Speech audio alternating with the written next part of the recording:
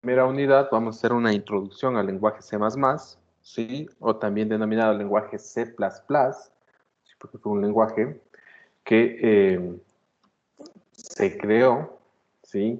En los Estados Unidos, ¿no? Bueno, el lenguaje fue creado a mediados de los años 80 y es uno de los lenguajes de programación más utilizados, ¿sí? Pese a que ya es un lenguaje que ya tiene, ¿sí? Sus años, digamos así, porque en la última década han surgido, pues, algunos lenguajes de programación un poco más versátiles, ¿sí? Que tienen incluso más sencillez, ¿sí? Para trabajar con diferentes tipos de datos, lo cual ha llevado a que, claro, los nuevos programadores opten por dejar de lado el C++.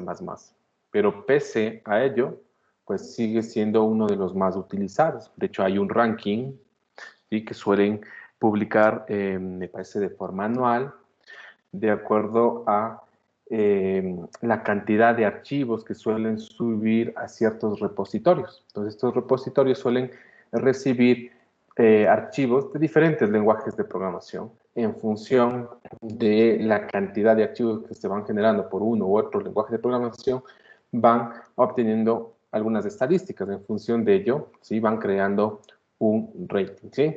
Vamos. De hecho, muchos de los programas que utilizamos diariamente están, ¿sí? Construidos en función al lenguaje C++, por ejemplo, los sistemas operativos, ¿sí? Los más conocidos, Windows, Linux, Mac, ¿sí? Los programas de Office e incluso el sistema Android, entre muchos otros programas que utilizamos diariamente, ¿ya? Vamos a ver qué es programar. Programar no es otra cosa que decirle al ordenador lo que tiene que realizar. ¿Okay? El ordenador no es una persona, sino una máquina.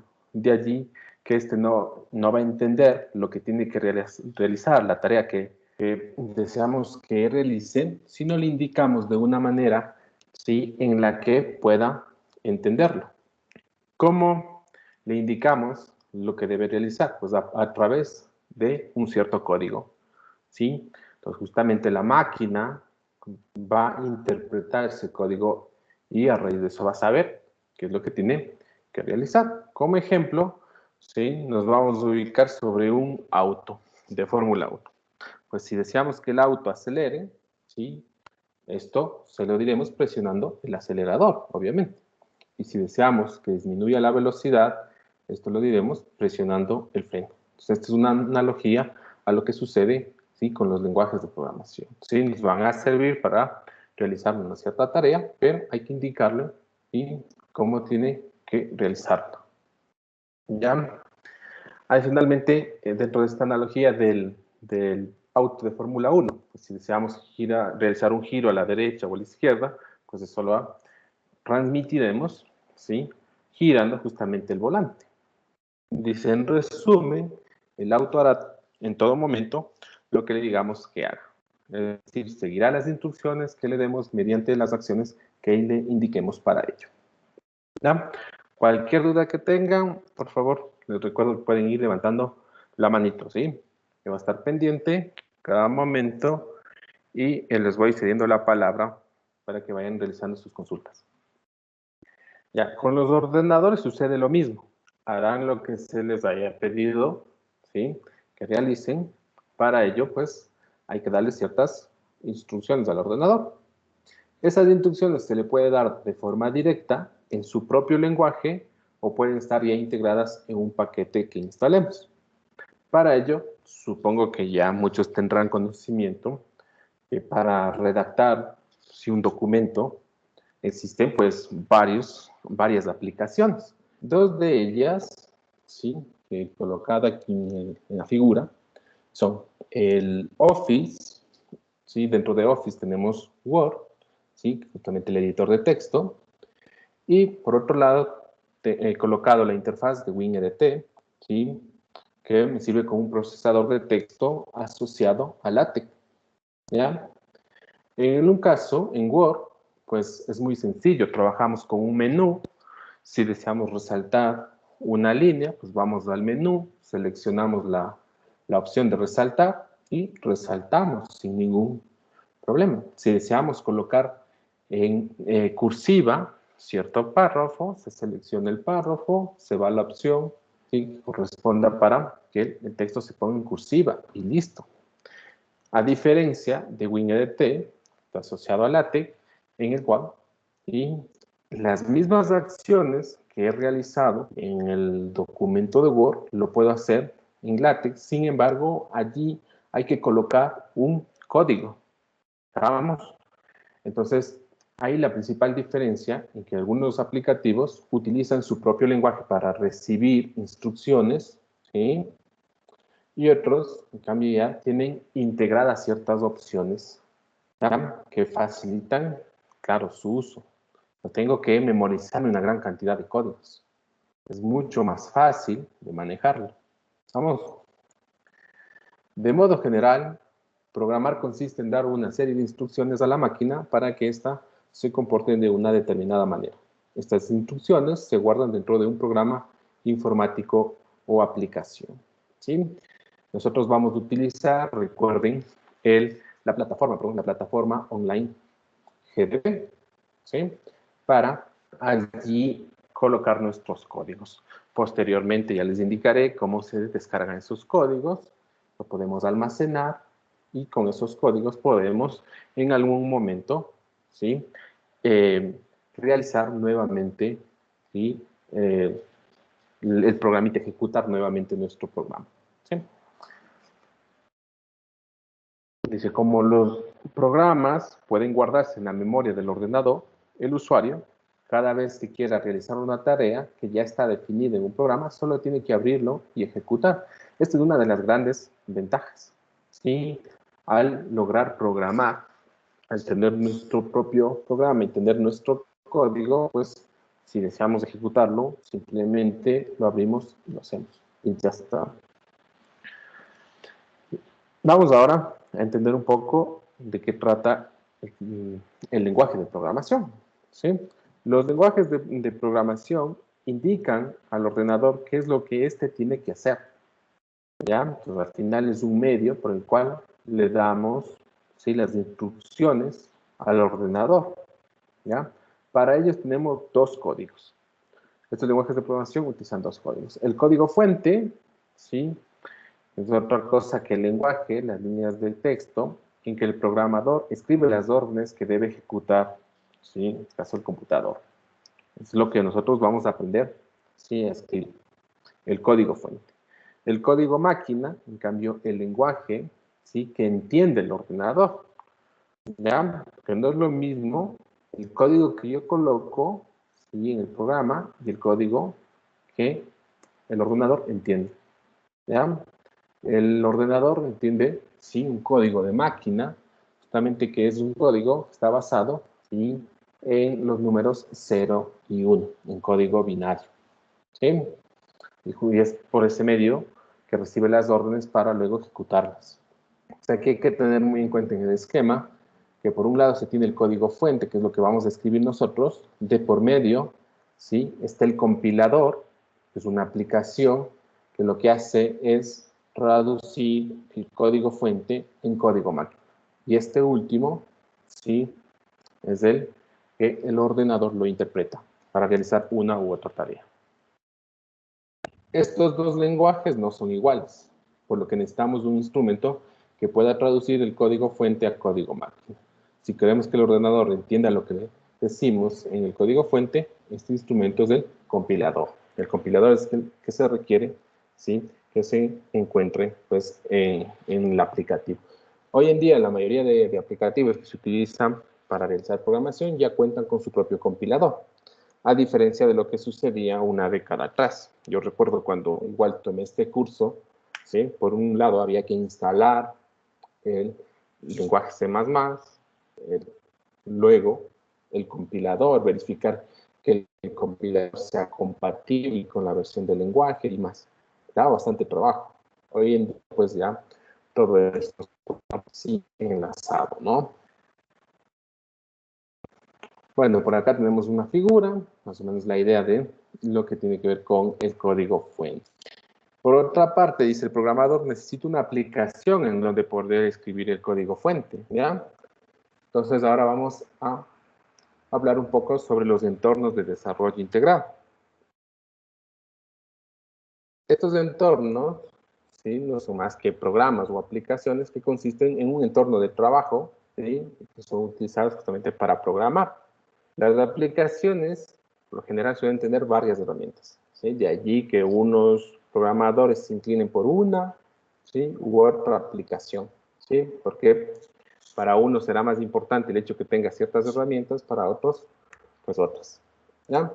Pero entre las herramientas más importantes y más útiles que suelen tener estos programas se encuentra un menú de opciones, que por lo general va a permitir crear, guardar, modificar, ejecutar, ¿sí?, tanto archivos como proyectos que se generen. Bueno, aquí en la imagen que se encuentra a continuación, se encuentra la interfaz del Code Blocks, ¿sí?, que también es una interfaz que se utiliza para la programación en C++. ¿Sí? Esta interfaz, este programa hay que instalarlo en el computador, ¿ya?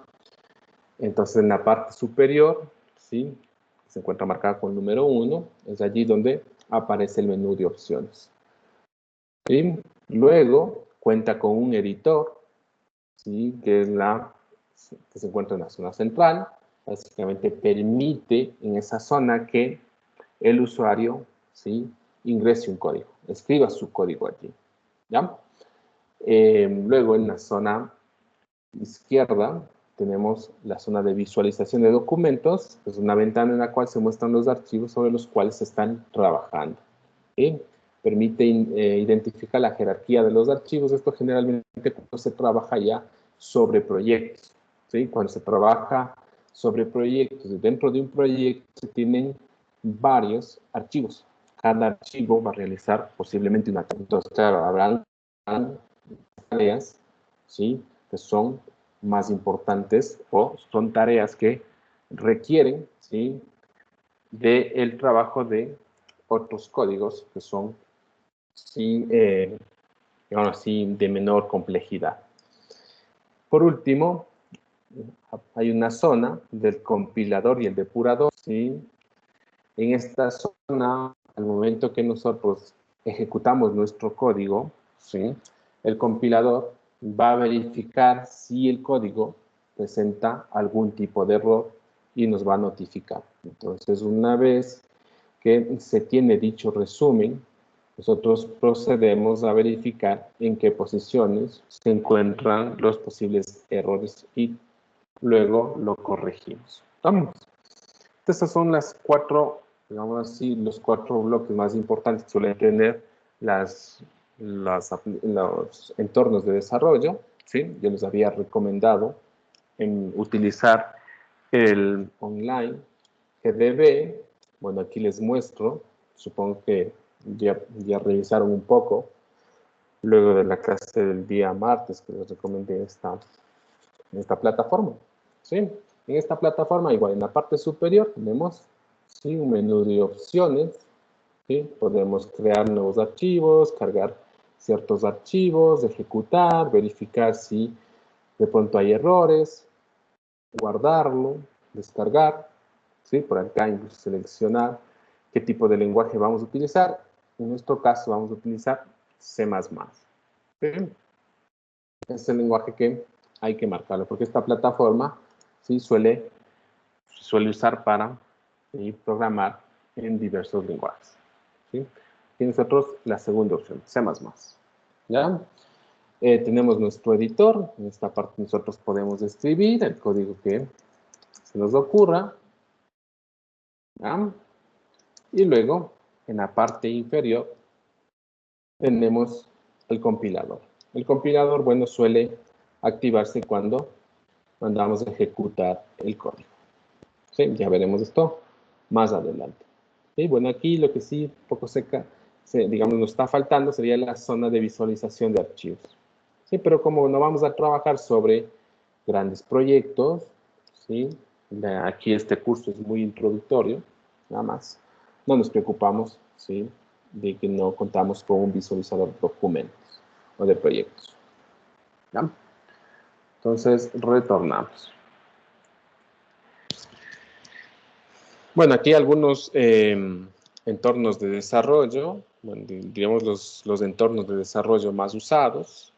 Aquí tienen CodeBlocks. Si alguien desea trabajar con CodeBlocks, no le gusta la plataforma de online GDB o no dispone de internet en todo momento, pues mi recomendación sería que se descargue CodeBlocks, ¿sí? E instale en su computador y puede trabajar de manera similar a lo que nosotros vamos a hacer con la plataforma online GDB. ¿Ya? Otra aplicación, ¿sí? El Yani, también muy usado, ¿sí? Generalmente por programadores que tienen cierta preferencia por los sistemas operativos de Mac o de Linux, ¿sí? El DevC++ también es otra aplicación. De hecho, una década atrás, yo cuando tomaba el curso de programación C++, únicamente teníamos CodeBlocks y teníamos DevC++. En la actualidad ya hay más opciones, ¿no? Y bueno, la recomendada, ¿no? Online, GDB. Bueno, aquí está GBD, es GDB, hay un error de redacción, ¿sí? Y aquí se encuentra el enlace, ¿no? Vamos. Y dicho eso, pues vamos a iniciar con las instrucciones básicas para ir armando nuestro primer código, ¿sí? Nuestro primer código. Entonces, vamos ya. Dice el funcionamiento básico para cualquiera de los entornos integrados de desarrollo, ¿sí? Que se han comentado antes, es el siguiente. El funcionamiento básico es el siguiente. Bueno, abrir la aplicación y crear un nuevo archivo.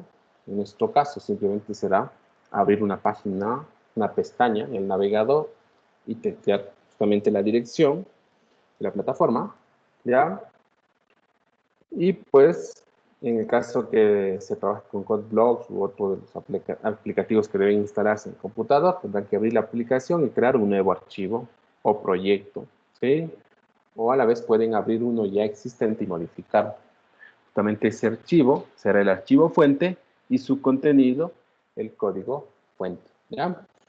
Entonces, lo que tenemos de momento en nuestra plataforma, fíjense, es ya un código fuente, ¿ya? Es un código fuente lo que está aquí.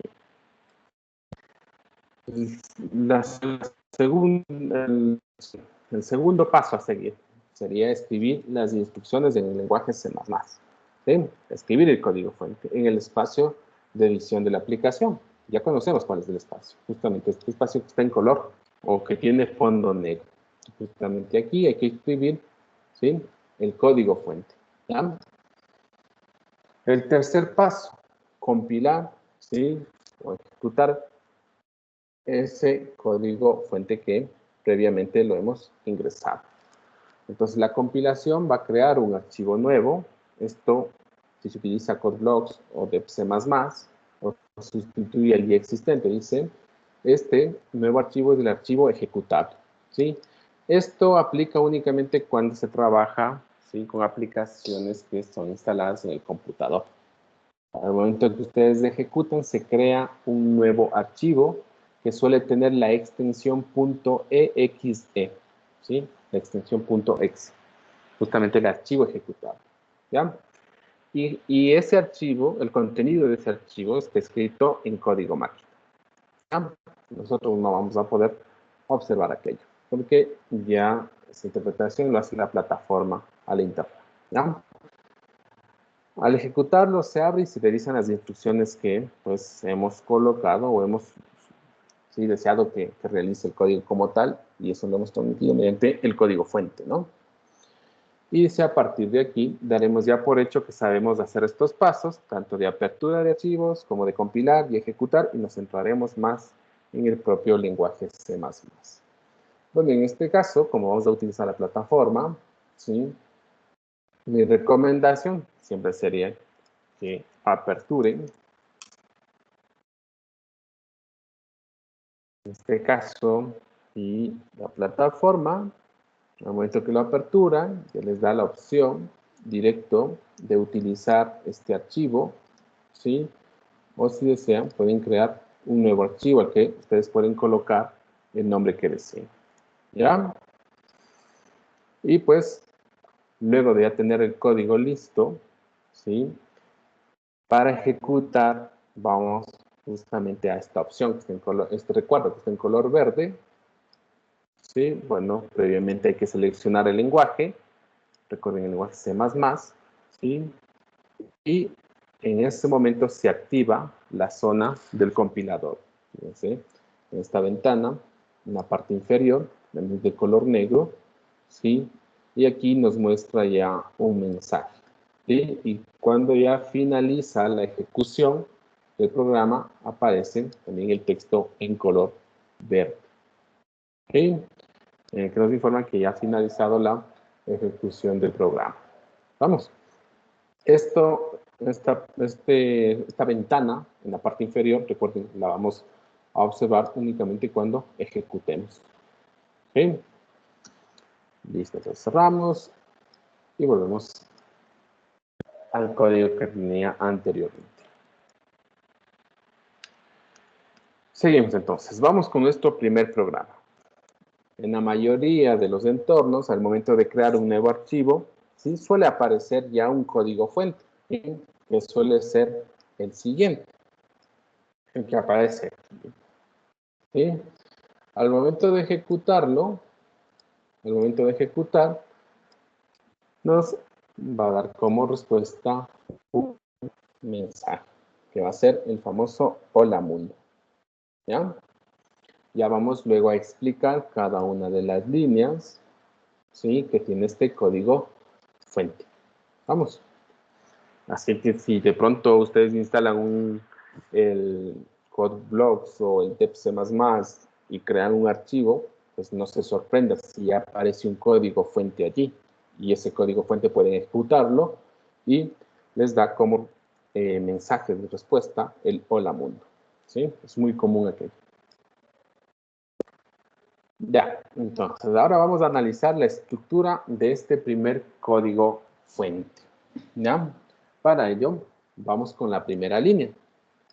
Aquí, bueno, lo que está en color un poco amarillo, ¿sí? Las primeras tres líneas, de momento el compilador no las interpreta, ¿sí? Ya vamos a ver más adelante que esto se trata de un comentario, y es de allí que esto lo podríamos incluso borrar, porque el compilador no está interpretando estas líneas. Y vamos pues desde la primera, ¿sí? Lo primero va a ser que requerimos el llamado de ciertas librerías o bibliotecas. Pensemos en que el entorno de desarrollo, ¿sí? O el lenguaje de programación en sí, es una especie de mochila viajera, ¿ya? Pues ustedes tienen una mochila viajera y un día optan tomarla y se van de excursión, ¿ya? Pues a medida que ya van recorriendo cierto lugar, pues se hace necesario, por ejemplo, tomar alguna herramienta de la mochila. Entonces pensemos que dentro de la mochila, ¿sí? Las herramientas están almacenadas en algunas zonas. Pensemos, en el fondo de la mochila se encuentra, pues, ropa, ¿sí?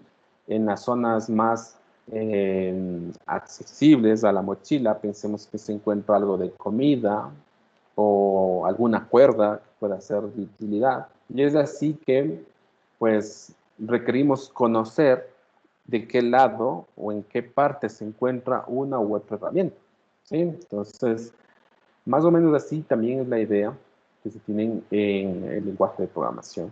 Entonces, se hace necesario hacer el llamado, ¿sí? A una librería o biblioteca. En el caso de la mochila, es necesario, ¿sí? Acceder a ciertas para tomar comida, ¿sí? O tomar alguna vestimenta, ¿ya?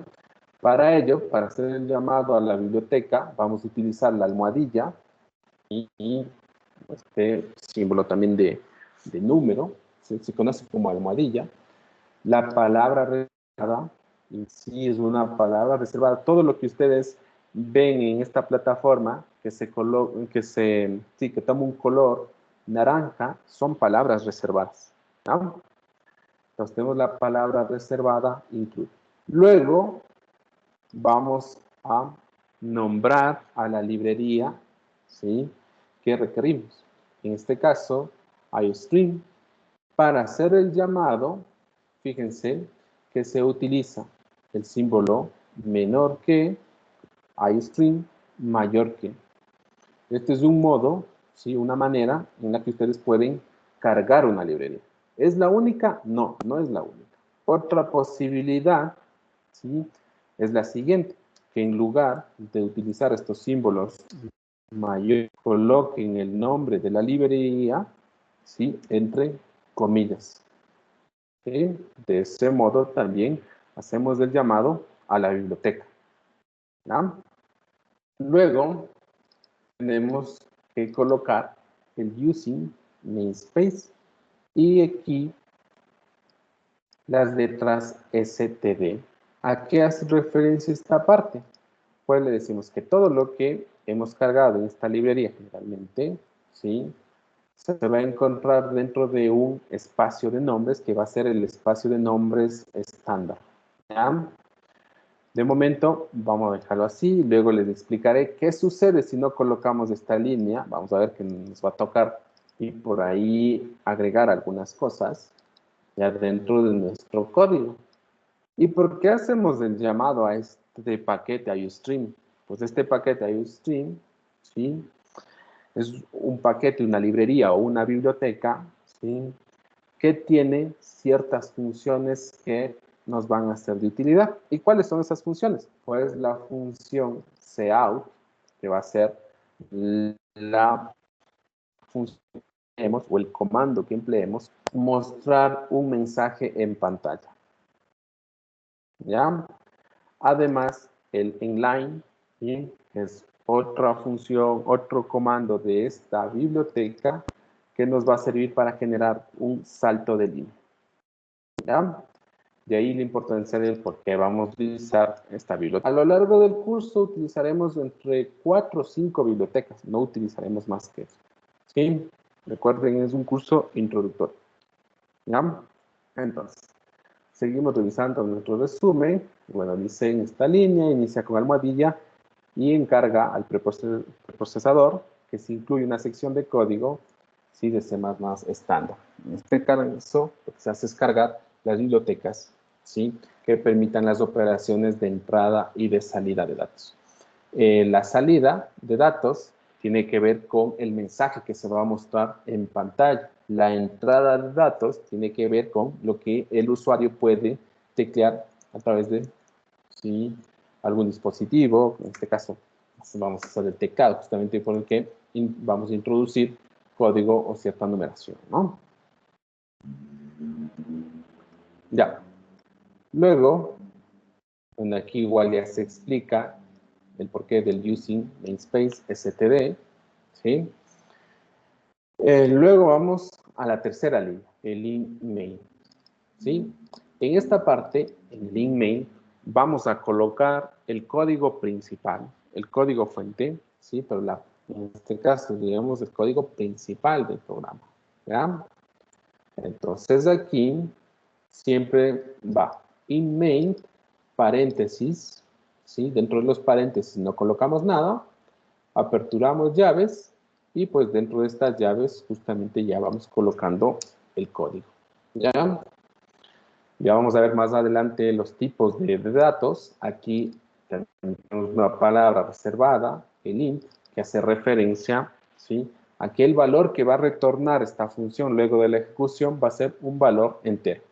Y justamente en la línea 6, lo que le decimos es, si todo marcha bien, si el código de la línea 5 se ejecuta sin ningún inconveniente, pues como mensaje de que todo ha marchado bien, vas a retornar el valor 0. Y es por ello que justamente, fíjense en el compilador, en la primera línea, en color verde, ¿sí?, nos dice que el programa ha finalizado, ¿sí?, con el código de salida, que en este caso es 0. ¿Sí? Justamente ese mensaje nos dice que se ha ejecutado todo sin problema.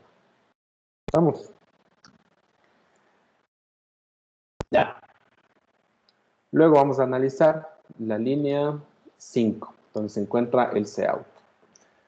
Bueno, hay varias partes.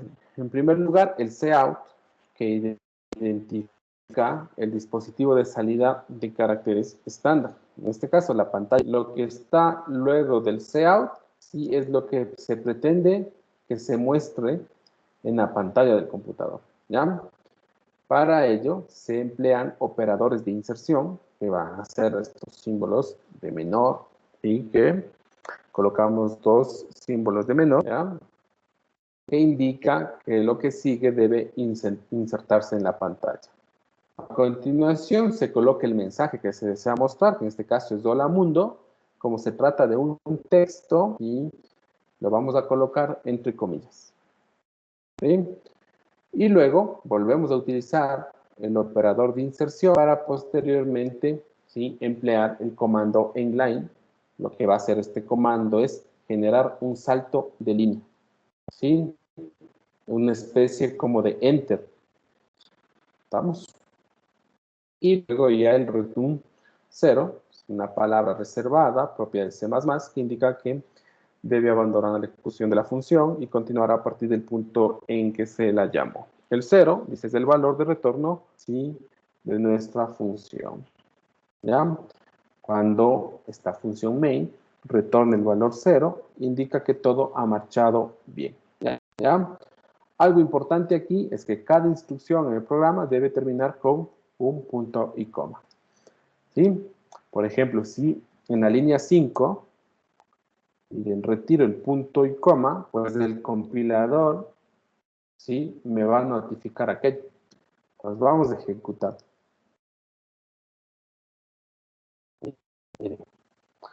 Ejecutamos la línea 5, ¿sí? Y pues ya nos informa que nos hace falta un punto y coma. Vamos.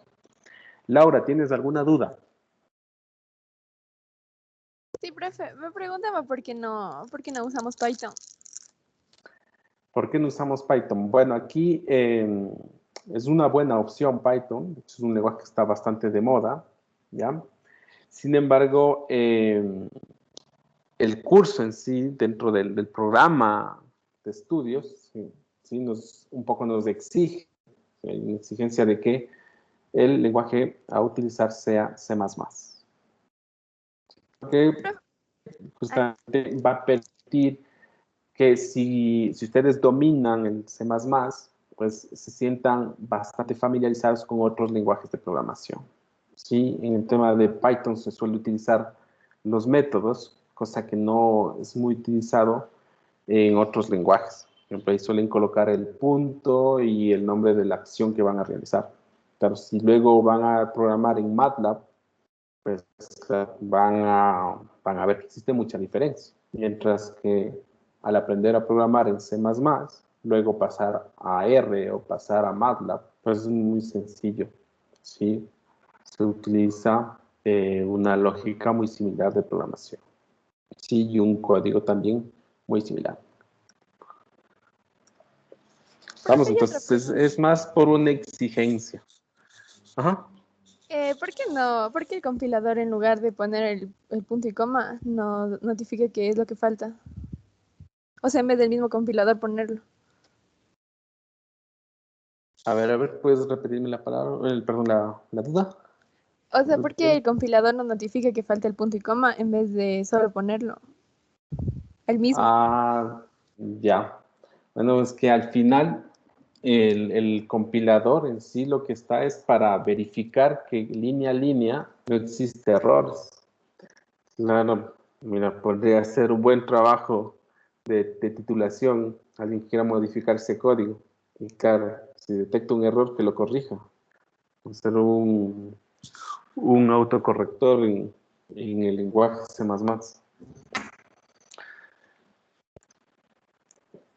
Galo, ¿alguna duda? Sí, profe, ¿podría repetir, por favor, de qué trata el operador de inserción? O sea, es como un salto de línea. Los dos símbolos de menor es el operador de inserción. lo que en sí le decimos es, luego de la palabra reservada del cout, decimos que lo que viene a continuación va a ser algo que se debe mostrar en pantalla. Entonces, ¿qué es lo que se va a mostrar en pantalla? Pues el texto hola mundo. Y luego decimos, tienes que también incluir algo adicional. Como en line. En line, lo que provoca es que se genere un salto de línea. ¿Sí? Al final es como que le da un enter. Podemos retirar esto para ver cuál es la diferencia. Bien. El hola mundo, incluso aquí podemos colocar otro cout, incluso para que se muestre la diferencia un poco más marcada. ¿Sí? Hoy es viernes. ¿Ah? Bien. En la línea 5 y en la línea 6 he colocado, ¿sí?, los comandos cout que me van a permitir mostrar mensaje en pantalla. Miren qué pasó. Pues los mensajes están unidos. ¿Sí? ¿Qué sucede si luego del hola mundo coloco nuevamente el operador de inserción y la palabra reservada inline? Entonces, en este caso, se va a generar un salto de línea. Mira, se genera el mensaje hola mundo, salto de línea, hoy es viernes. ¿Estamos? Entonces sí quedó claro algo. Sí, y una última cosa, ¿es necesario poner el endline en la misma línea de código o podría, por ejemplo, pasarle el endline a la línea 6 y el resto de código una línea más? A ver, aquí lo recomendable es que te mantengas en la misma línea, porque sí suele dar cierto inconveniente cuando sí justamente das, por ejemplo, este salto, ¿sí? Yo me he encontrado en ocasiones que la línea 5 y la línea 6 como que las interpreta que son dos líneas totalmente diferentes, de allí que a veces el compilador te dice, hey, en la línea 5 te está faltando el punto y coma, ¿sí? Y luego en la línea 6, pues no entiendo que el compilador no entiende qué acción tiene que realizar, porque encuentra únicamente un inline, ¿sí? Entonces podemos ejecutar. Mira aquí, al parecer, todo muy bien. Ahora, esto, si los símbolos de inserción le mandas a la línea 6, ¿sí? Lo ejecutamos. Está bien, marcha bien, pero bueno, habría que ver, pero yo me he encontrado en algunos casos en los que he realizado así un salto para evitar que la línea me quede muy extensa y me he encontrado con errores. Sí, me ha generado errores. Ya más adelante cuando elaboremos algunos códigos, sí, ahí verificaremos aquello. Ya nos daremos cuenta que suele pasar, que nos alerta de algún error. Y nosotros decimos, pero simplemente es un salto de línea que he dado porque no quiero que quede todo como que muy, sí, muy aglomerado ahí. Listo. A ver, entonces aquí comentarles algunos otros operadores que se suelen utilizar. Son los siguientes. Si no quieren utilizar el inline, ¿sí?, pues podemos utilizar también un salto de línea y para ello es suficiente, a ver, me parece que ahí es suficiente el slash con la letra N, que también suele generar un salto de línea. ¿Sí? Esto se suele tomar del lenguaje C, ¿sí?, que es antecesor al C++. Otro de los operadores que también suele ser útil, ¿sí?, suele ser un operador que se coloca el slash y se coloca la letra minúscula T. Lo que genera, ¿sí?, lo que genera esto va a ser un espacio, ¿sí?, de tabulación, ¿sí?, un espacio de la tecla de tabulación. Entonces vamos a ver cómo queda separado. Así que en la segunda línea voy a volver a colocar hola mundo y en la primera, entre hola y mundo he colocado, ¿sí?, este tabulado. Y veamos la diferencia. Miren, en la primera línea, Hola Mundo se encuentra separado, ¿sí?, por un espacio bastante considerable, mientras que en la segunda línea, el Hola Mundo tiene un único espacio de separación. ¿Sí? Son dos operadores también bastante utilizados, ¿ya?, cuando se quiere mostrar, ¿sí?, en pantalla algún resultado. Listo, seguimos. Ahora vamos a hablar de los comentarios en C++. ¿Ya? Un comentario es un texto. ¿Para qué sirve? Pues para que el programador, ¿sí?, pueda documentar su código, pueda colocar alguna explicación, ¿sí?, para que al momento que comparte ese código, otra persona pueda estar claro de lo que, ¿sí?, intenta realizar en cada una de las líneas o bloques de código que la primera persona, ¿sí?, lo haya considerado al momento de realizar el código, ¿no? Dice, los comentarios no son analizados por el compilador. El compilador, cuando detecta que hay un comentario, simplemente salta esa línea, no la analiza, ¿ya? Ahora, en C++ existen dos tipos de comentarios. Un comentario en bloque y un comentario en línea. Para colocar un comentario en bloque, se suelen emplear, ¿sí?, en este caso, estos símbolos, ¿sí? Me corrigen si este es el anti-backslash, es así como se lo conocen. Pues sí, ¿no? O el símbolo este de división, ¿ya? Y el asterisco.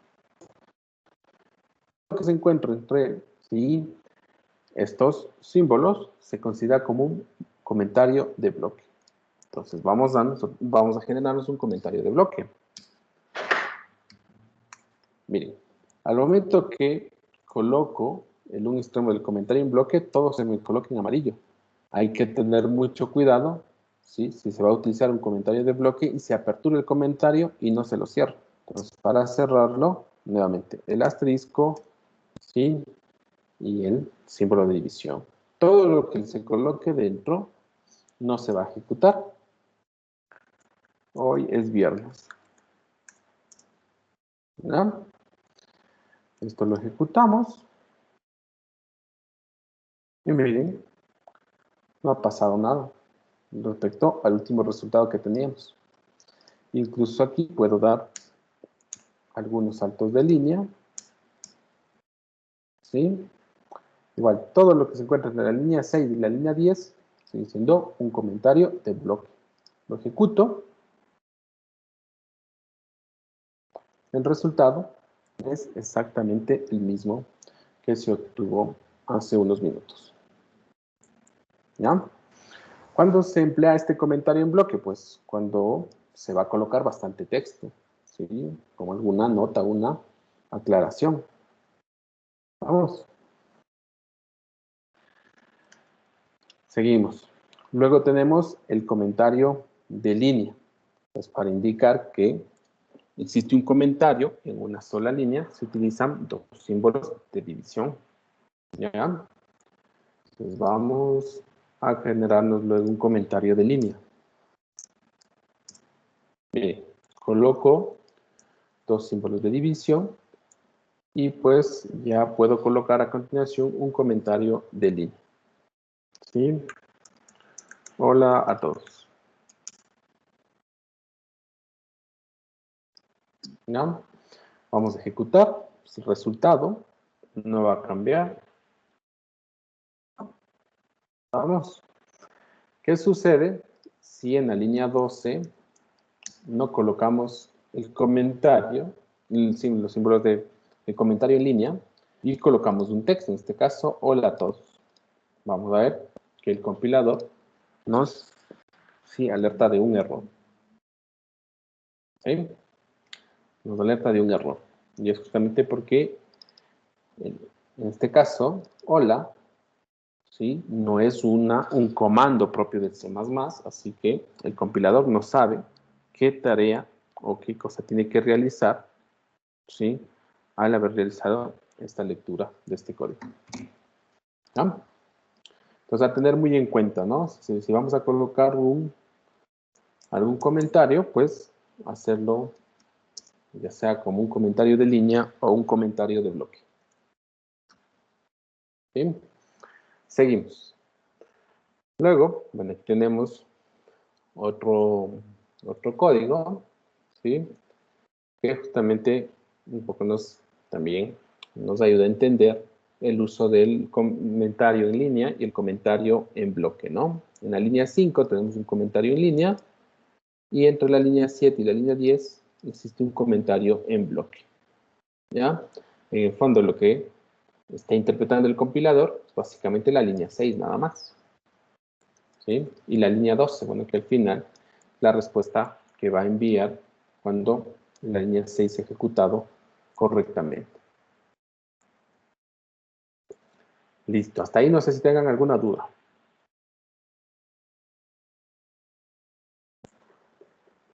No, seguimos entonces. Ahora vamos a hablar de las variables. Claro, lo contrario de una salida de datos, es decir, los mensajes que mostramos en pantalla, es una entrada de datos. ¿Sí? En entrada de datos, el usuario escribe un dato por teclado y este dato es recogido por el ordenador. Pero claro, la pregunta es, ¿en dónde lo va a almacenar? ¿Sí? El dato que estoy ingresando por teclado debe almacenarlo en algún lado para luego utilizarlo, si es el caso. Entonces, esos datos los va a almacenar en la memoria. Pero para almacenarlos en la memoria se requiere de un espacio, ¿sí?, en el cual va a encontrarse el dato. Entonces, para ello, justamente, ¿sí?, se tienen las variables. Cuando nosotros definimos una variable, y lo que vamos a hacer es reservar un espacio en la memoria. Pensemos que en la memoria, ¿sí?, tenemos una especie de repositorio, ¿sí? Entonces ya queda reservado ese repositorio. Al momento que ingresamos el dato, ¿sí?, nosotros le decimos en qué repositorio queremos que se coloque el dato y el esquema que se tiene. ¿Ya? Dice, sin embargo, para poder recoger los datos necesitamos antes tener un recipiente en donde guardarlo. Y este recipiente será la variable. A continuación se muestra un programa que emplea variables para almacenar un texto y un número. ¿Ya? Aquí vamos un poquito a adelantarnos en la definición de las variables, ¿ya?, y también en los diferentes tipos de variables, ¿sí?, que se pueden definir. Entonces, en este código, fíjense, cargamos la librería iostream, ¿sí? Se hace la declaración del espacio de nombres como el espacio estándar. Esto me olvidé comentarles, ¿cierto? Esto me olvidé comentarles antes. Un poco más detalle. ¿Qué sucede si no se coloca la segunda línea? ¿Sí? El hecho de que emplee el espacio de nombres estándar. Al momento que ustedes ejecutan el código, van a tener, ¿sí?, unos errores.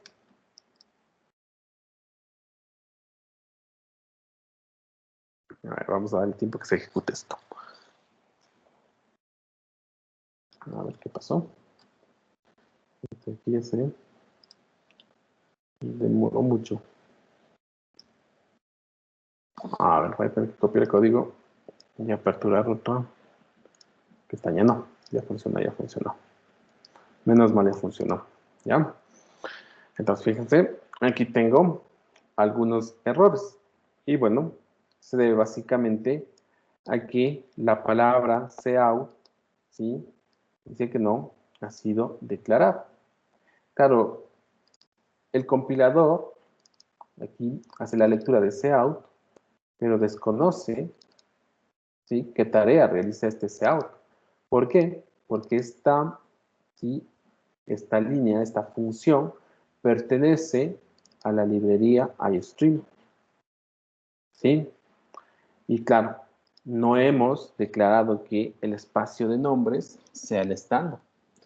De modo que si queremos corregir ese error, tendríamos que colocar std, dos puntos, delante del cout, al igual que en la línea 8, std, dos puntos, cout. Entonces le estamos diciendo, mira, el cout, ¿sí? Anda y búscalo en la librería estándar. Entonces vamos a ejecutar esto y miren, ya funciona nuevamente. Si queremos colocar un inline,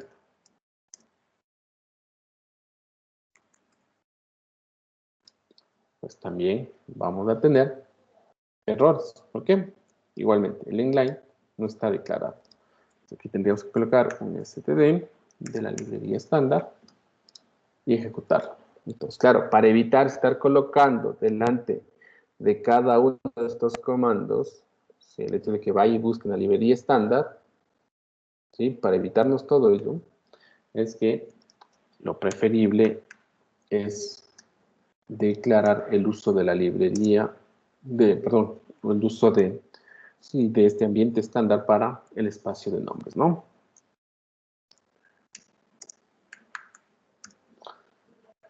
¿Sí? Y con eso ya borro esto.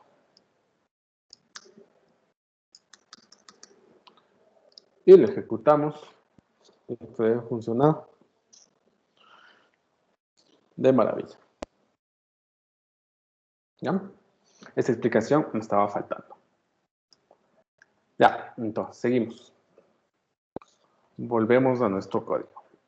Entonces, en la línea, a partir de la línea 5, vamos a definir algunas variables. La primera de ellas va a ser una variable que tiene por nombre frase el tipo de variable. Bueno, lo hemos colocado acá, de tipo string. Ya eso veremos más adelante, que implica tener una variable de tipo string. Adelantándome un poco, este tipo me permite almacenar texto. Entonces le digo, mira, créate un repositorio, ¿sí? De nombre frase, y en este repositorio vas a poder colocar únicamente texto. No puedes colocar otro tipo de datos. ¿Estamos? Mientras que en la línea 7, le digo, vas a crear un nuevo repositorio que va a tener por nombre, número, ¿sí? El tipo de dato que vas a poder almacenar en este repositorio, o en este recipiente, va a ser un número entero. Y es ahí que puedo almacenar, en este caso, el número 593. ¿Ya? ¿Y con eso qué ganamos? Pues con eso ganamos que tenemos un texto y tenemos un número almacenado, ¿sí? En dos variables. Pues podemos usar esas variables posteriormente, ¿sí? Para realizar alguna operación, ¿sí? O alguna acción, como en este caso, ¿sí? Lo que pretendemos es mostrar en pantalla. Entonces, en la línea 10, ¿sí? Vamos a mostrar en pantalla un mensaje, de allí que utilizamos la palabra reservada, cout, los símbolos de inserción, ¿sí?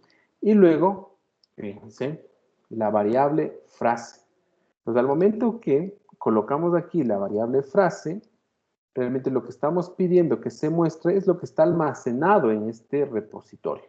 ¿Y qué está almacenado en este repositorio frase? Pues justamente este texto, Código Internacional Telefónico para Ecuador. ¿Ya?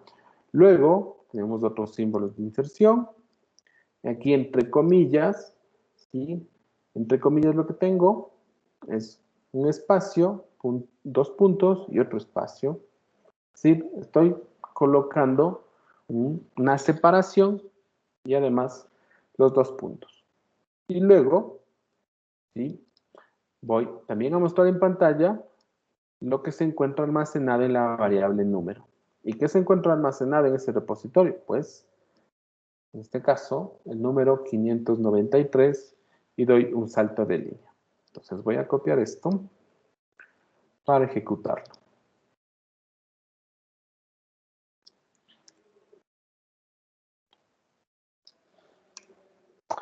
A ver, esto de aquí, vamos a arreglarlo un poquito.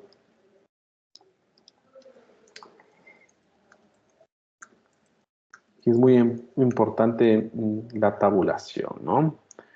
Y por acá, ahí estamos. ¿Ya? Entonces vamos a ejecutar este código. Entonces vamos a tener un mensaje en pantalla. Fíjense, el mensaje es código internacional telefónico para Ecuador, que justamente lo que está almacenado en el repositorio de nombre frase. A continuación, ¿sí?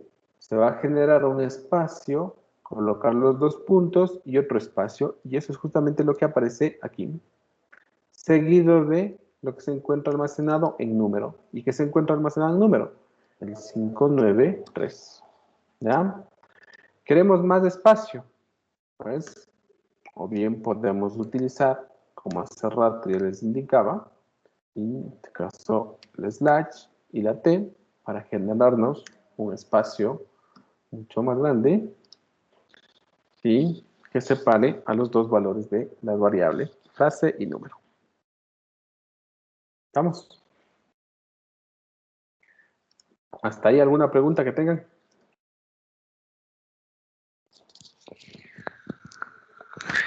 A ver, Isaac. Sí, profe, me perdí en lo último que dijo de la línea 10, de code y frase. Ahí me perdí. Los dos puntos entre las comillas. Ah, ya.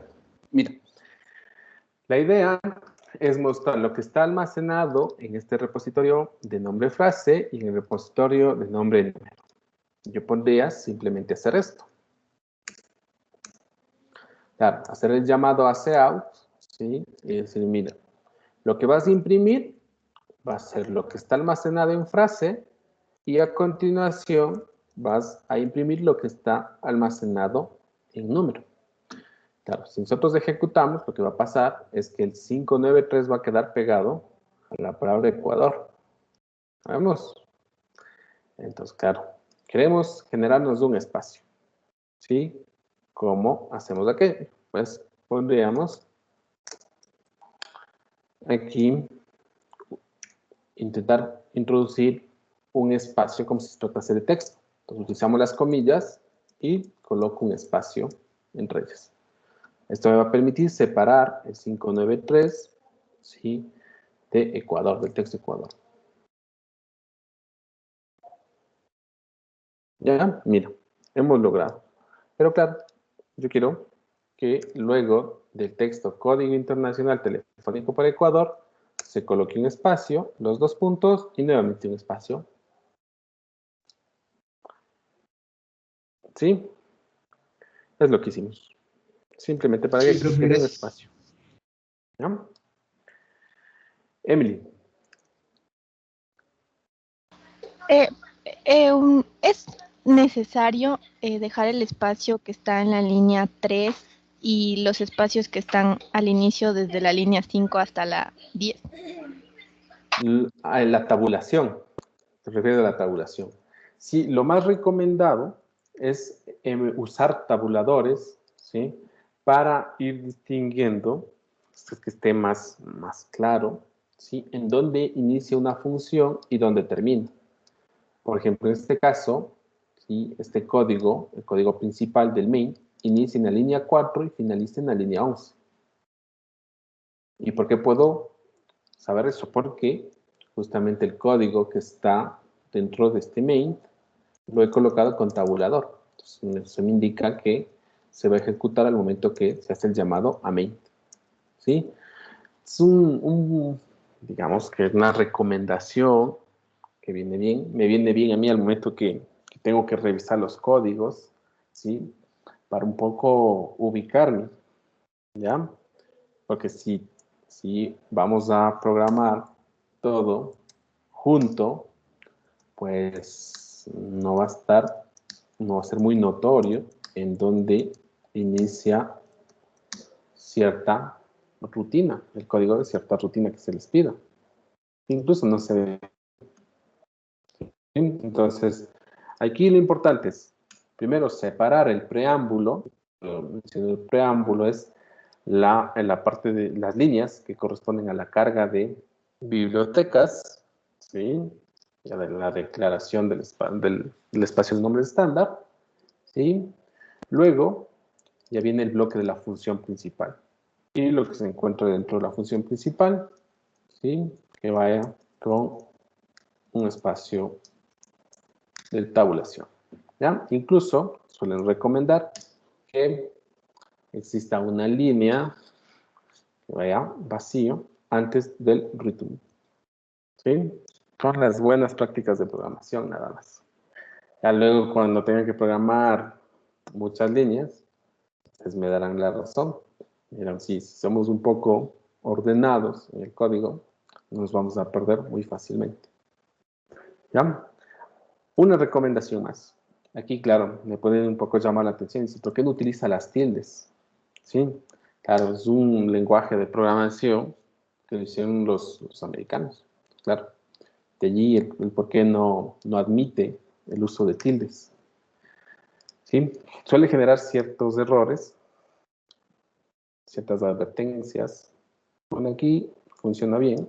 Me parece que en el code blocks, o al menos en el Xcode, que es un entorno de programación para Mac, a mí me solía dar errores. ¿Sí? Entonces, de allí que lo recomendado es no hacer uso de las tildes, ni tampoco de la, en este caso, de la ñ. Ñ y tilde no se usa. ¿Estamos? Donovan. Profe, quería saber un poco sobre la variable string y sus restricciones, porque me generó la duda de por qué cuando nombró la variable, cuando le puso el Código Internacional Telefónico para Ecuador, no le puso ahí los 2 puntos.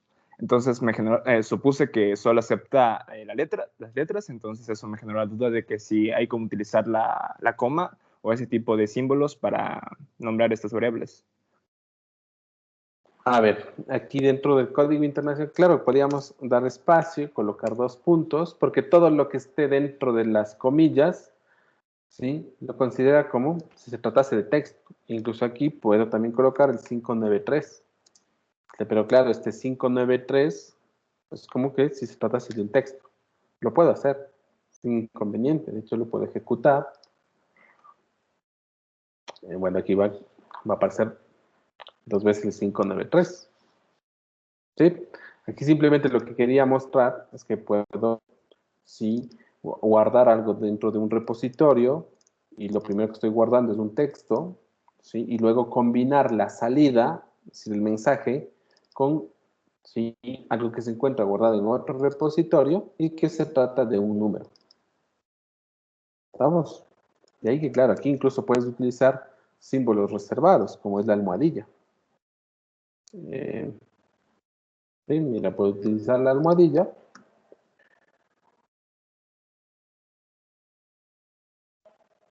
Y aparece la almohadilla.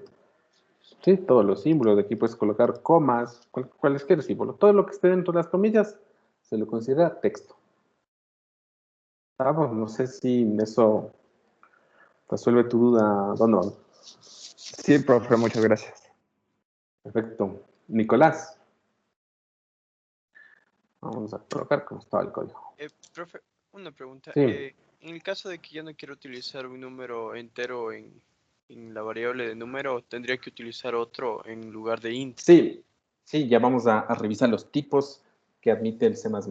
Claro, si quieren ingresar un número con punto flotante, ¿no?, con decimales. Entonces, claro, hay que declarar de qué tipo se trata el número. ¿Okay? Yep.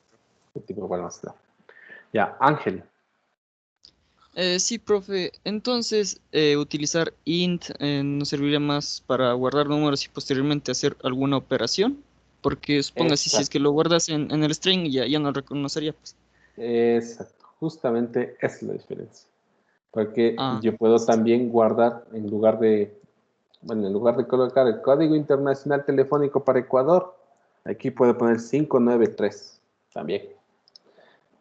Claro, la principal diferencia en esto va a estar en que yo luego puedo utilizar esta variable de nombre número y puedo realizar alguna operación.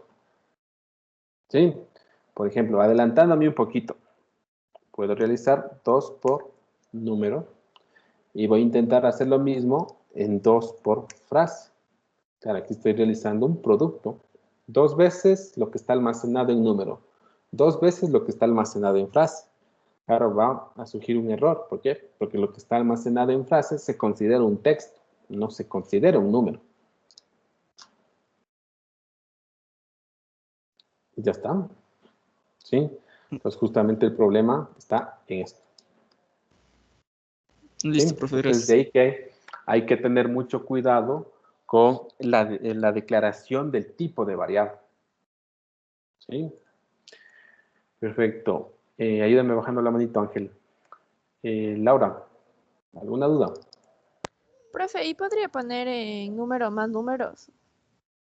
Claro, o sea, un O sea, número, un otro entero mayor, valor. dices. No, no, o sea, digamos, dos cifras, ¿cómo digo? O sea, dos números, por ejemplo, 593 y 5. 593 Y y otro 5. número 5, pero como Ah, siendo otro no. número. No, entonces necesitas otro repositorio. Sí, claro. Si quieres ingresar otro número, entonces necesitas otro repositorio. Aquí pensemos int, eh, otro número, pongamos. Otro número. Bueno, que la recomendación es no colocar los nombres a las variables muy extensos. Aquí estoy yéndome en contra de eso, al colocar otro número, pero bueno. Aquí voy a almacenar el 7. ¿Ya? A ver, aquí vamos a quitar frase. Aquí número. Bueno, aquí solo para que se observe. Puedo realizar la operación 2 por número y luego voy a mostrar otro número. Y aquí vamos a colocar un espacio. ¿Ya? Entonces, ¿qué espero que se muestre en la pantalla? El texto código internacional telefónico para Ecuador, 2 multiplicado por el 593 y a continuación va a mostrar el número 7. Es lo que espero en principio. ¿Sí? Justamente, miren, tienen código internacional telefónico para Ecuador, 1186 y luego de un espacio, el número 7. ¿Sí? En cada repositorio se almacena un número. Si quieres almacenar más números, pues requieres de más repositorios. Vamos. Galo. Sí, profe, ¿se puede poner variables dentro de otras variables siempre y cuando la variable fundamental esté al inicio de las líneas de código? Variables dentro de variables. No sé si a lo que hace referencia es a una especie de arreglo, como si se tratase de un vector. Más o menos es la idea. Sí, algo así. Y creo variables, no creo que usted le dice repositorios. Sí, sí, aquí, bueno, estoy utilizando el término repositorio para un poco relacionar con esta cajita, ¿no? Este esquema que he colocado aquí en la sección de variables. O sea, digo, un repositorio no es otra cosa que un espacio en la memoria en la que se va a almacenar un dato. A la pregunta que tú me hiciste, sí, yo te decía, la idea es almacenar una especie de colección de números, o sea, como si se tratase de un vector, como si se tratase de una matriz. ¿Eso es lo que buscas? Sí, como si se trase de una relación en donde dependiendo de la variable que tenga al inicio, puedo ir cambiando las siguientes variables que vaya poniendo yo. Sí, eso sí lo vamos a poder realizar, pero claro, necesitamos un poco tener conocimiento de las sentencias condicionales, ¿sí? Y eso lo veremos más adelante. Claro, porque en función de si una variable tiene un valor, pues otra variable toma uno u otro valor. Pero para eso necesitamos las sentencias condicionales, justamente para que analicen si se satisface la condición y en función de eso toma uno u otro valor. ¿Sí? Claro, podríamos pensar en que necesito, por ejemplo, conocer el estado del día, digamos, si en el día está soleado o lluvioso, y en función de eso, ¿sí? Claro, podría dar una sugerencia de qué tipo de vestimenta, ¿sí?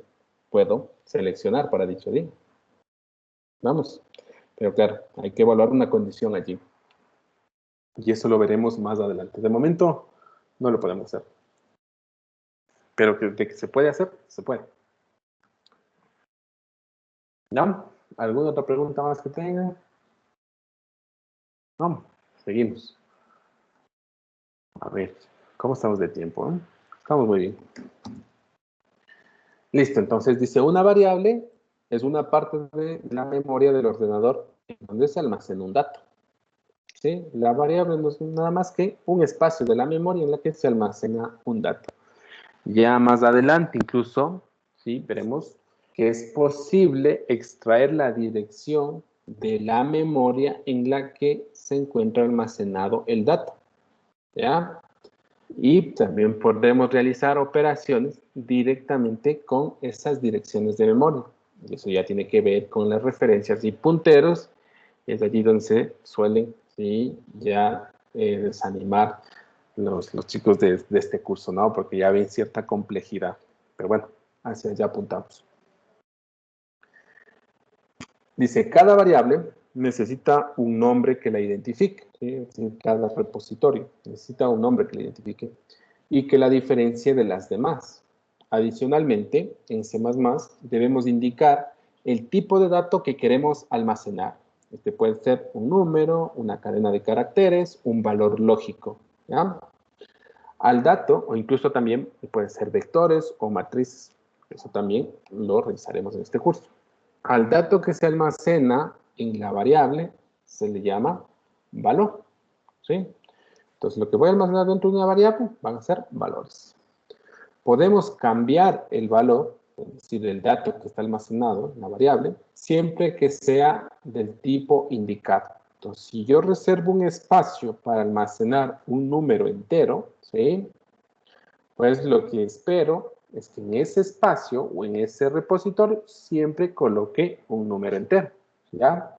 Si intento colocar un texto, pues el compilador no me lo va a permitir, ¿sí? Porque es un espacio reservado para almacenar números enteros. De allí que va a enviar, ¿sí? Una alerta. Lo mismo si quiero colocar un número, ¿sí? De punto flotante, es decir, con decimales. Quiero colocar el valor de pi, 3.1415 y más decimales. Pues no me lo va a permitir, ¿ok? Porque se va a identificar que ese número no es un entero. ¿Sí? Por tanto, no puede ser almacenado allí. Vamos. Y ahora vamos a ver los tipos de variables. Existe una gran cantidad de tipos de variables. Sin embargo, nosotros vamos a utilizar 3 o 4 nada más. ¿Ya? Y aquellos tipos que vamos a utilizar, bueno, ya los vamos a ver, van a ser, como digo, 3 o 4, ¿no? El resto, pues, queda por fuera del curso. Dice, existen varios tipos de variables y cada uno corresponde a un tamaño máximo de un número, un carácter o cadena de caracteres, ¿sí? Algo que también aquí en este curso no se va a trabajar mucho, ¿sí? Es sobre texto. No vamos a crear muchas funciones que tengan que ver con tratamiento de texto o algo así. ¿Sí? Eso pues queda por fuera de nuestro curso. Las personas que estén interesadas, ¿sí? Lo podrán realizar revisando ciertos temas adicionales. ¿Sí? Incluso en la facultad hay una materia, que suele ser minería de datos, ¿sí? Pues si en algún momento sobre este tema, lo pueden tomar como materia optativa, ¿no? Se la imparte en la carrera de ingeniería matemática, en este caso matemática aplicada. Ya, cuanto mayor sea el número que pueda admitir, más espacio en memoria ocupará la variable, obviamente. ¿Sí? Pues si tengo que almacenar un número entero, ¿sí? Pues entonces destino cierta cantidad de memoria o cierto espacio de memoria para que se almacene ahí el entero. Pero si tengo que almacenar un número decimal, ¿sí? Un número con decimales, punto flotante, pues entonces posiblemente se requiera más espacio. ¿Por qué? Porque es muy posible que tenga una gran cantidad de decimales. ¿Sí? Eso lo vamos a ver a continuación. Entonces, los principales tipos de variables son los que se enlistan aquí. Sin embargo, nosotros vamos únicamente a utilizar, como decía, 3 o 4. Entre los que vamos a utilizar se encuentra el tipo bool, ¿sí? Que nos va a permitir almacenar variables de tipo booleano, ¿sí? Estas variables van a almacenar únicamente dos posibles valores, un true o un false, ¿sí? Un verdadero o un falso. Incluso el true está asociado al valor de 1, el false al valor de 0. ¿Okay? ¿Ya? Y van a ser de mucha utilidad para evaluar expresiones lógicas que veremos en el siguiente capítulo. ¿Sí? Por lo general, utiliza un byte de memoria. ¿Sí? Entonces, al momento que ustedes declaran una variable de tipo bool, ¿sí? Se reserva un byte en la memoria para, en ese espacio, almacenar ya sea el true o el false. Nada más. ¿Ya? Luego tenemos el tipo char. Sin embargo, este tipo char está dando algún conflicto, ¿sí? El char era un tipo que se utilizaba en el lenguaje C, al parecer en esta plataforma del online GDB, ¿sí? Da cierto inconveniente, de ahí que mi recomendación, en lugar de utilizar el char para almacenar texto, ¿sí? Mi recomendación va a ser que utilicen el tipo string, que es el que apareció en el ejemplo anterior. De hecho, podemos probar, a ver si esto ya lo han corregido, pero desde el anterior semestre que tuve problemas al momento de declarar variables que almacenen texto. ¿Sí? Entonces, fíjense, voy a almacenar un texto en la línea 6 y coloco char. Entonces, ejecutemos. Vamos, sí, aún se mantiene el error. Sí. Entonces, aún, fíjense, hay algún tipo de conflicto por allí. De ahí que mi recomendación, cuando se desea almacenar texto, va a ser que se utilice el tipo string, ¿sí? Que tiene un funcionamiento similar al char. ¿Sí? De hecho, aquí en el resumen debería corregirlo, porque ya no colocar chat, sino string. ¿Ya? Y bueno, es del tipo básico alfanumérico, ¿sí? Que nos va a permitir almacenar caracteres, dígitos, signos de puntuación, signos que incluso están reservados por lenguaje, sin ningún problema. ¿Ya? Dice, utiliza generalmente un byte de memoria, permite almacenar un carácter, valores, y pues lo máximo que se permite son 256 caracteres. Tampoco pueden almacenar un texto muy extenso, ¿no? ¿Sí? Únicamente 256 caracteres. Claro, en este curso, pues sí lo vamos a usar, pero con textos bastante cortitos, así que no vamos a tener problemas por ese lado. ¿Ya? Bueno, les dejo aquí algunos otros tipos de variables. Me voy a saltar en este caso, al tipo número 5, que tiene que ver con int, ¿sí? Este tipo lo vamos a utilizar para justamente almacenar enteros, ¿sí? A diferencia de los anteriores, del short o el long, ¿sí? Que nos permiten almacenar también enteros, pero en un rango diferente. Nosotros vamos a utilizar el int, ¿ya?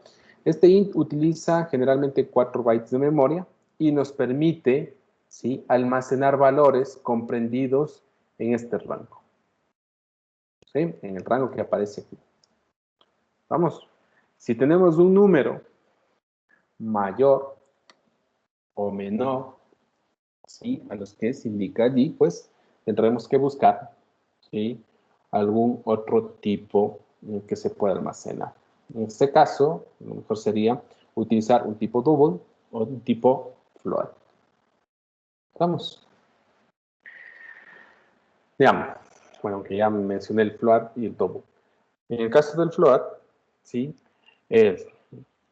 Vamos a utilizar para almacenar variables, ¿sí? Con formato de coma flotante, ¿sí? E incluso con formato de exponente, ¿ya? Entonces aquí este tipo utiliza 4 bytes de memoria y permite ingresar valores, ¿sí? En ese rango. Vamos. Y el double, pues también tiene un manejo similar al del float, únicamente las diferencias están, ¿sí? En la precisión, en este caso en el rango en que pueden encontrarse los números que se desea almacenar. ¿Sí? Entonces, recuerden, vamos a utilizar variables de tipo bool, tipo string, int, float y double, ¿sí? Para almacenar variables booleanas, texto, números enteros y números decimales. ¿Ya? A ver, preguntas, Daniela. Quería preguntar si para string y para char es el mismo número de caracteres. O sea, 256 dijo que era para char, pero también es para string. Me parece que debe estar por ahí. Sí, es buena pregunta. La verdad que no podría afirmarte si son 256 caracteres. Pero como les decía, en este curso vamos a utilizar variables de tipo string, sí, pero con textos muy cortitos.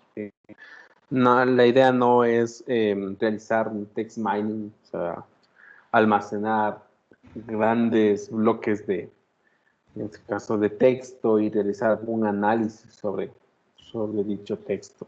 Por ejemplo, almacenar un libro en una variable. Entonces, claro, esa no es la idea.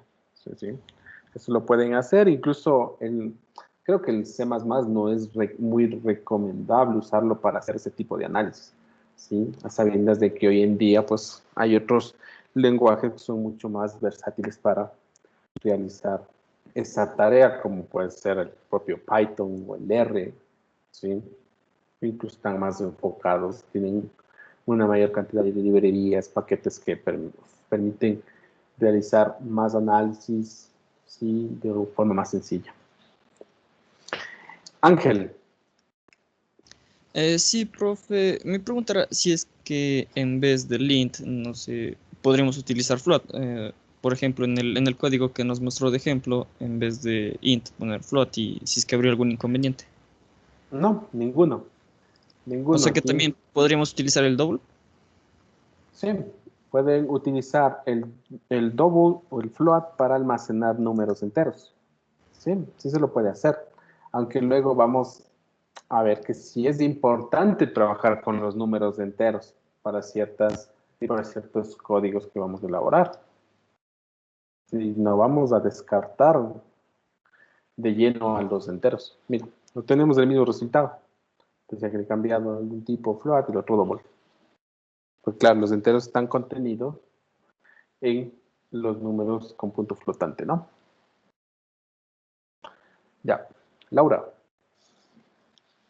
Profe, ¿y hay así bibliotecas, digamos, ya hechas para usar las variables como el pi o el número de Euler, así? Sí, sí, ya hay variables. Ya hay variables que nos permiten utilizar, sí, ciertas constantes, como bien indicado, el número pi, el número euleriano y más. ¿Sí? Incluso realizar otras operaciones, como puede ser el cálculo de logaritmos en diferentes bases, ¿sí? O por ahí en realizar el cálculo de cierto conjunto de datos, pensemos en el área de la estadística, cálculo de promedios, cálculo de varianza y otros estadísticos más que se puedan obtener a partir de un conjunto de datos. Sí, sí los hay.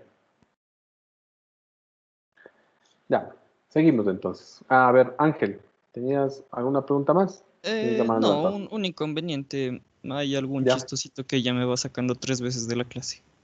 A Entonces ver, no sé si nos podría poner a todos como asistentes únicamente, porque creo que estamos como moderadores. ya, déjame ver si lo puedo controlar, pero lo que sí les pido es mucho respeto. Yo, si logro identificar la persona que está, pues, sacando al resto de compañeros, sí, yo voy a tomar ciertas medidas. Eso, y por informar a las autoridades de que se está pues, presentando este tipo de inconveniente, y creo que no les va a ir bien, ¿no? Mi recomendación es que seamos respetuosos con todos, ¿no? Y nos evitemos problemas. Vamos, ya lo voy a revisar esto. A ver, sí, tengo que revisarlo porque directamente desde el Teams no me lo deja. Ya. Para la siguiente sesión, sí, voy a hacer la consulta a ver cómo les coloco a todos únicamente de invitados, ¿ya? Para que no tengan ningún permiso para poder sacar al resto de compañeros. A ver, entonces seguimos todos por acá. Entonces, son los principales tipos, ¿sí? Con los que vamos a trabajar De hecho, además del listado que se muestra aquí, hay otros tipos adicionales. Claro, alguien se preguntará, ¿y puedo trabajar con números complejos en C++? Pues claro que pueden hacerlo, ¿sí? Previo a la carga de algunas librerías, puedo trabajar con matrices, claro que puedo hacer, pero hay que cargar ciertas matrices. Entonces, eso ya lo iremos viendo en su momento, ¿no? Vamos a arrancar con estos tipos únicamente. Vamos. Ya. Bueno, aquí a continuación se muestra un programa, ¿sí?, que muestra los límites numéricos de cada uno de los tipos. Si queremos saber cuál es el máximo o el mínimo número que está permitido, ¿sí?, tras emplear un cierto tipo, eso lo podemos conocer tras ejecutar el siguiente código. A ver aquí. Fíjense aquí, bueno, se hace el llamado a una biblioteca, en este caso es limits, que justamente me permite conocer cuál es el extremo superior y el extremo inferior del rango, ¿sí?, en el cual puedo ingresar datos, ¿sí?, de cierto tipo, ¿no? Entonces aquí, esto, sí, podríamos ver. Esto también va a depender mucho. Aquí puede haber pequeñas variaciones, ¿sí? Puede haber pequeñas variaciones si ustedes ejecutan este código respecto a los resultados que aquí estoy mostrando, ¿sí? Si de pronto ustedes están utilizando una aplicación instalada en su computador, pensemos en CodeBlocks o en DebC++, posiblemente haya cambios, y eso se debe principalmente, ¿sí?, a la memoria RAM, la capacidad que en sí, los recursos que tenga el computador.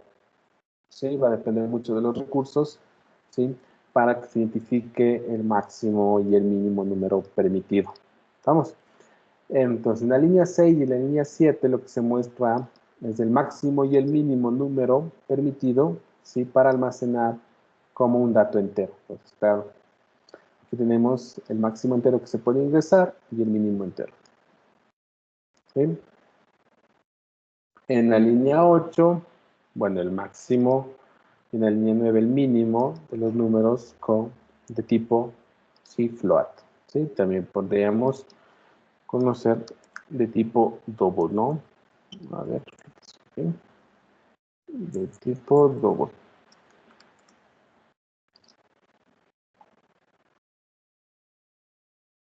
¿Sí? Ahí tenemos el valor máximo y el valor mínimo. ¿Sí? Para conocer la cantidad de caracteres, ¿sí?, que me va a permitir ingresar el tipo char y el tipo string, se utiliza otro código.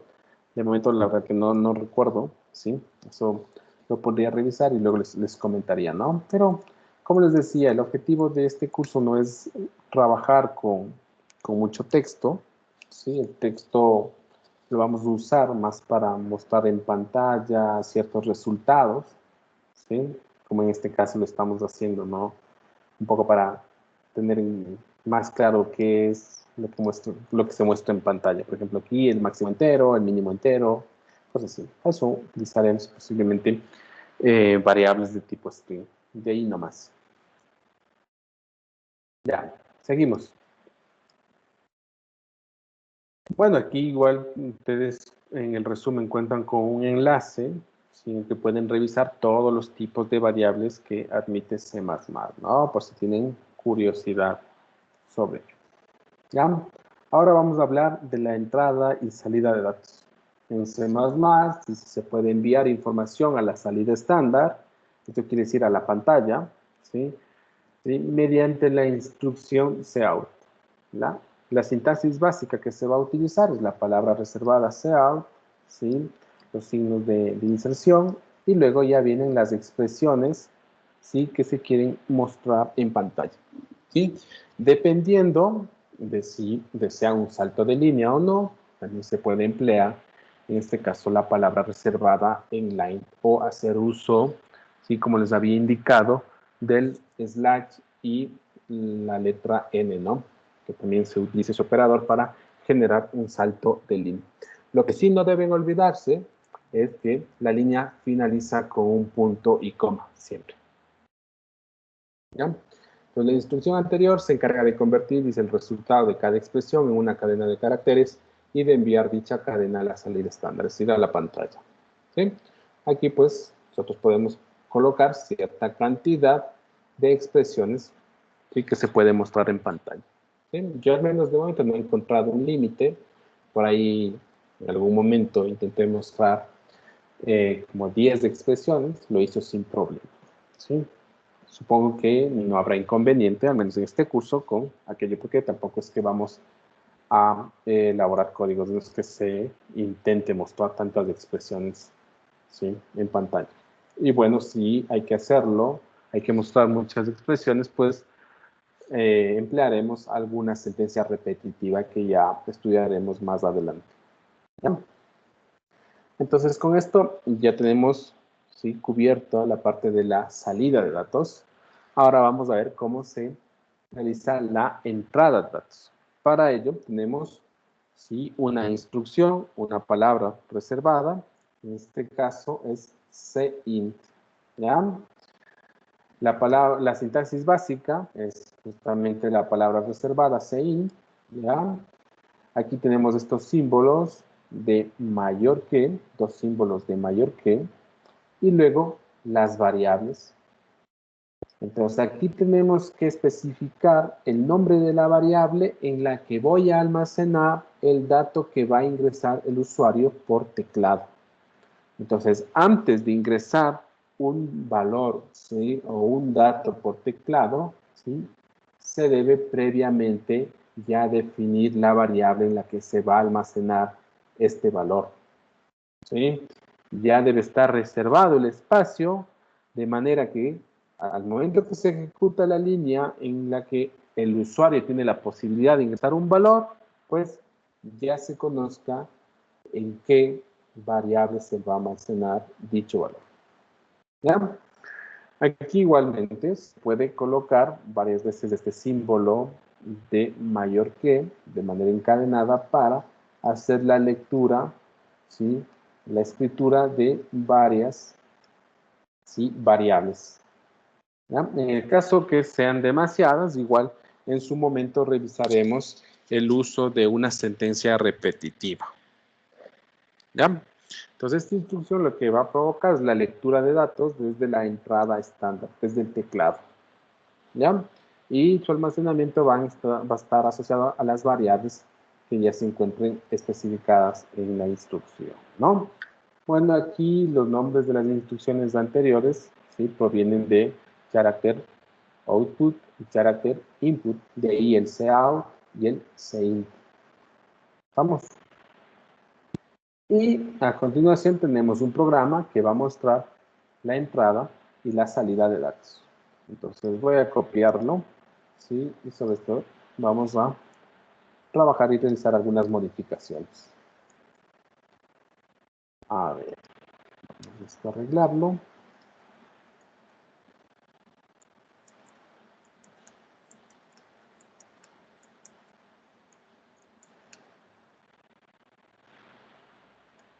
Y listo. Entonces, en la primera línea, cargamos la librería iStream para poder utilizar el cout, el cint, el inline, los operadores de inserción y también los operadores usados para la lectura de datos. ¿Estamos? Y luego declaramos el espacio de nombres, un espacio estándar. ¿Ya? Y lo primero que vamos a hacer es definir dos variables. Bueno, aquí dice, definimos dos variables A y B del tipo double. ¿Ya? Entonces, allí se encuentra, fíjense, en la línea 6 y en la línea 7, se hace la declaración de dos variables de tipo double. Ahora, aquí podríamos hacer una declaración, una a una la variable. La otra posibilidad, como ambas variables son del mismo tipo, ¿sí?, entonces en una sola línea podría hacer la declaración y para separar las variables, ¿sí?, empleo una coma. De manera que en la línea 6 puedo colocar double A, B y luego los dos puntos. ¿Sí? Con lo cual habré definido dos variables de tipo double que llevan por nombre A una variable y la otra variable lleva por nombre B. ¿Ya?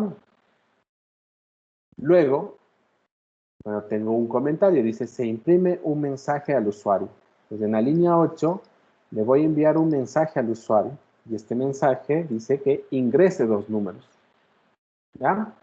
Entonces, el usuario, una vez recibe el mensaje, va a proceder a teclear 2 números. ¿Dónde se van a almacenar esos números, esos valores? Pues esos valores, la idea es que se almacenen, ¿sí?, en las variables que previamente fueron, ¿sí?, definidas. Entonces, fíjense, en la línea 10, lo que estoy haciendo es el ingreso de un valor que va a ser almacenado en la variable A.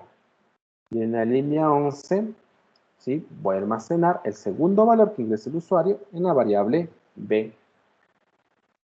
En la línea 13 voy a mostrar un mensaje que dice la suma de los números ingresados es, y a continuación, ¿sí?, se va a imprimir lo que está almacenado en la variable A sumado a lo que se encuentra almacenado en la variable B. ¿Ya? Entonces, vamos a ejecutar nuestro programa y, ¿sí?, si tienen alguna duda, recuerden levantar la manito. Entonces, ejecutamos. Fíjense. De momento, nuestro código se encuentra detenido en la línea 10. ¿Por qué se encuentra detenido en la línea 10? Pues porque justo en la línea 10, el programa me está solicitando que ingrese un primer valor. De momento ya se han ejecutado las 9 primeras líneas. De hecho, la línea 8, ¿sí?, ha permitido que se muestre en pantalla el texto ingrese 2 números. ¿Ya? Entonces, para que se ejecute la línea 10, tengo que ingresar un valor por teclado. Voy a ingresar el valor 12. ¿Sí? Ingreso el valor 12. Listo. Ahora se encuentra detenido el programa en la línea 11. ¿Por qué? Porque requiere que el usuario ingrese nuevamente un valor para ser almacenado en la variable B. Voy a ingresar el valor de 5. ¿Ya? Doy Enter, con lo cual se realiza la lectura y a continuación se ejecutan las líneas siguientes. Entre ellas la línea 13. En la línea 13, básicamente lo que le he pedido al programa es que imprima el texto, la suma de los números ingresados es, y a continuación escriba, ¿sí?, el resultado de haber sumado los valores que se encuentran almacenados en la variable A y en la variable B. En la variable A tenemos el valor de 12, a eso le sumamos el valor de 5 que está en la variable B. Por tanto, nos está mostrando el valor de 17. ¿Sí? Y ya en la línea 15, como todo se ha ejecutado muy bien, en la línea 15 le decimos que nos retorne el valor de 0 si no ha habido problemas, lo cual se observa, ¿sí?, en la primera línea en color verde. ¿Estamos? No sé si tengan alguna duda hasta allí. Claro, alguien dirá, ¿y puedo simplemente sumar? ¿No puedo multiplicarles? Claro que puedo multiplicarles. Para eso podría añadir una línea adicional y colocar el producto de los 2 números ingresados es, y colocar A por B. ¿Ya? Y nuevamente ejecutamos. Al momento que ejecutamos, el programa igual se va a detener en la línea 10 porque requiere que se ingrese el valor de A. En este caso voy a ingresar el valor de 7 y posteriormente se detiene en la línea 11 porque requiere que se ingrese un nuevo valor para la variable B. En este caso voy a ingresar el valor de 3. Pues lo que esperaría es que como suma, ¿sí?, me dé un resultado de 10 y como producto un resultado de 21. ¿Sí? Y eso es lo que me muestra justamente al ejecutarse la línea 13 y la línea 14. No sé si tengan dudas hasta ahí. Nicolás, cuéntame. Profe, ¿cómo es una variable de tipo double? ¿Puede ingresar números decimales? Sí, claro que podemos hacerlo. De hecho, vamos a hacerlo en este momento. Entonces vamos a ejecutar. ¿Sí? Voy a ingresar el primer número, 4.5. El segundo número, 6.8. ¿Ya? Aquí los decimales los separamos con el signo de punto, ¿no? Entonces en la suma, fíjense justamente, 4.5 más 6.8 me da un resultado de 11.3. Por otro lado, 4.5 por 6.8, un resultado de 30.6 al momento de multiplicarlo. ¿Ya? Sí, entonces está saldada, ¿no? La duda, Nicolás. Sí, profe, gracias. Perfecto. ¿Ya? ¿Alguna duda más que tengan, chicos?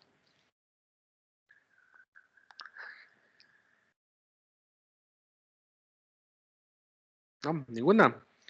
Ok, creo que... a ver, Miguel. ¿Qué pasa si ingreso algo que no sea un número?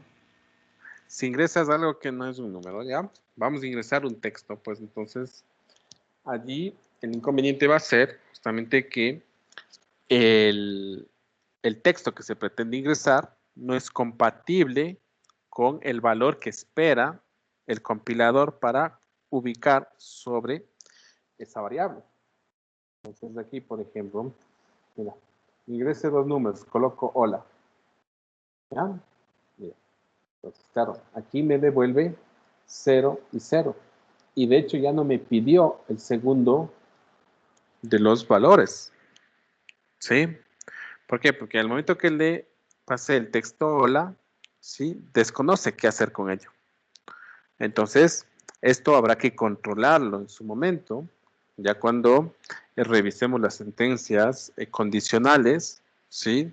Justamente allí, ¿sí? Colocaremos cierto código para que se encargue en verificar si se satisface o no cierto criterio. Por ejemplo, que si quiero ingresar un número estrictamente positivo o si quiero ingresar un valor entero y no un valor decimal o viceversa. ¿Sí? Todos esos controles los haremos luego.